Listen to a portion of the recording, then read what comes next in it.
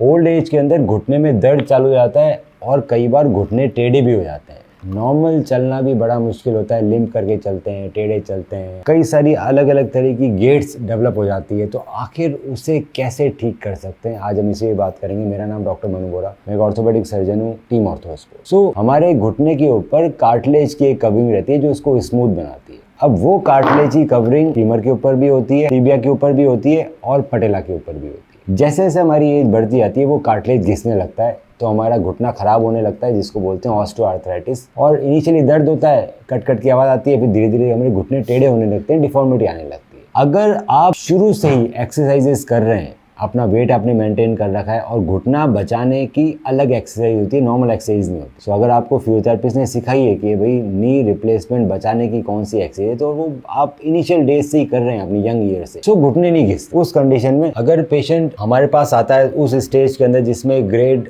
1 या 2 ऑस्टियोआर्थराइटिस है, तो मतलब ज्यादा कार्टिलेज नहीं घिसा है, इस कंडीशन में हम इंजेक्शन लगा के प्लेटलेट रिच प्लाज्मा ACP के कार्टिलेज को रीजनरेट कर। पर अगर पेशेंट आता है जिसके अंदर ग्रेड 3 या 4 ऑस्टियोआर्थराइटिस हो गई है कि पूरी तरह से कार्टिलेज इरोड हो चुका है, तो नीचे से बोन दिख रही है, साथ में डिफॉर्मिटी भी आ गई है, बहुत ज्यादा लंबा वेट करने से और प्रॉब्लम्स बढ़ेगी। क्या क्या प्रॉब्लम बढ़ सकती है? मोस्टली लोगों के मीडियल साइड पहले घिसने लगता है, इसका मीडियल साइड कार्टिलेज जल्दी घिसने लगता है as compare to lateral side most of the people. तो जो पांव होते हैं वो इस तरह से टेढ़े होने लगते हैं। अब अगर आप इस स्टेज में सर्जरी नहीं करा रहे हो और बहुत लंबे समय तक वेट कर रहे हो, डर लग रहा है सर्जरी का, तो 3-4 प्रॉब्लम्स हो रही है। ये जो बाहर का लिगामेंट है LCL वो लंबा हो रहा है, स्ट्रेच हो रहा है, और जो MCL है मीडियल कोलेटरल लिगामेंट वो कॉन्ट्रैक्ट हो रहा है। अब जब सर्जरी के टाइम पे जब इसको ठीक किया जाएगा, इसमें नी रिप्लेसमेंट की सर्जरी होती है। बेसिकली सर्जरी में ऊपर का जो कार्टिलेज है उसको शेव ऑफ कर दिया जाता है और उसकी जगह स्टील का कार्टिलेज लग जाता है। इसी तरह से जो नीचे का टीबिया है उसका भी कार्टिलेज शेव ऑफ करके वहां पर स्टील की प्लेट लग जाती है, टीबियल प्लेट, और इन दोनों के बीच में आते हैं स्पेसर। जितना ज्यादा मेरा LCL स्ट्रेच आउट होगा, जितना मैं ज्यादा टेढ़ा पैर करके आऊंगा, उतना बड़ा स्पेसर लगाना उसको बैलेंस करने के लिए, उतना मुझे MCL इरेज करना पड़ेगा। जितना बड़ा स्पेसर लगेगा